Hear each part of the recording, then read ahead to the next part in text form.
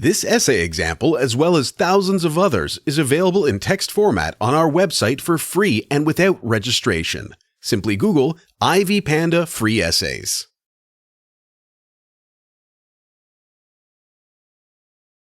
Various psychologists have different opinions on the meaning of the word intelligence. Some define it as the ability to act wittingly reasonably and adapt efficiently to the prevailing circumstances. This has led to the conclusion that intelligent kids in school always fare well in life. However, this is not so and has led others to have a different definition. Thus, they have attached emotions to intelligence. They say that intelligence is the ability to control one's emotions and that of others. This is because the ability to work with others and handle a crisis is affected by emotions. Intelligence tests are used in employing workers and admitting students in schools and colleges. Therefore, it is very critical to have standardized tests since they are used to determine the fate of individuals. Some of these tests proclaim others to be superior to others. This is very demoralizing and annoying, especially when the racial factor is present. For example, the United States uses intelligence tests to determine the type of support people should get.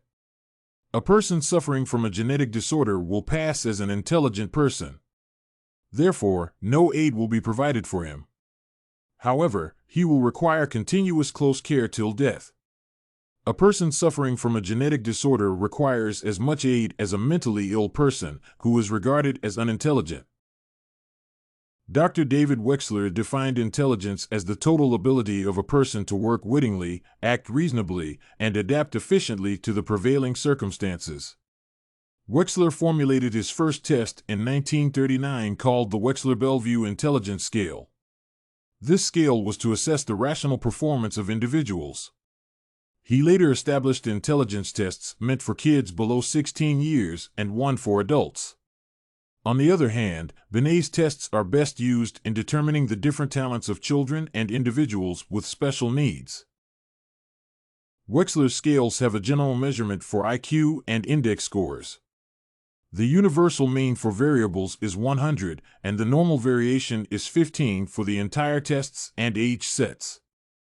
Finally, his tests, WPPSI-3, WISC-4, and WACE-4, have general subtests for diverse test versions and share a regular value of 9 subtests. Compared to the recent Wechsler Intelligence Measurement Scales, Stanford-Binet's fifth publication on intelligence tests, SBV, is the latter and more impressive in measuring an individual's intelligence. The SBV scale was formulated in 2000. Although it is less utilized than Wechsler's, it is best used in assessing talented children or individuals. It also brings out more knowledge on education styles, strengths, and failures than Wechsler's scale. Binet's scale is a uniform measure composed of 10 subtests, each having a verbal and nonverbal composite in each of the 5 central parts.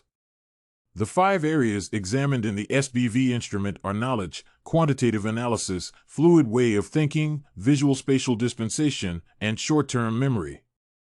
This scale gives an oral IQ, full-level intelligence quotient, IQ, nonverbal IQ measure, and 5 compound scores in the parts evaluated.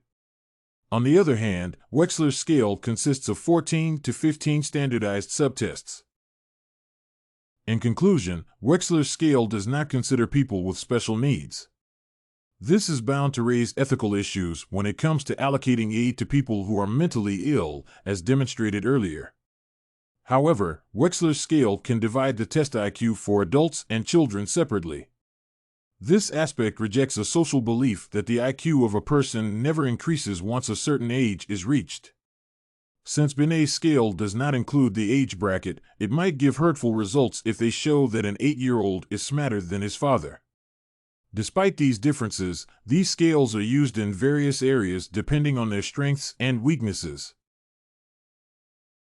Did you like this Wechsler Scales of Intelligence and Stanford-Binet Intelligence Scales sample? To get more works like this one, make sure to check out the free database of academic paper examples at ivypanda.com. You will find thousands of samples for all your study needs, without even having to register.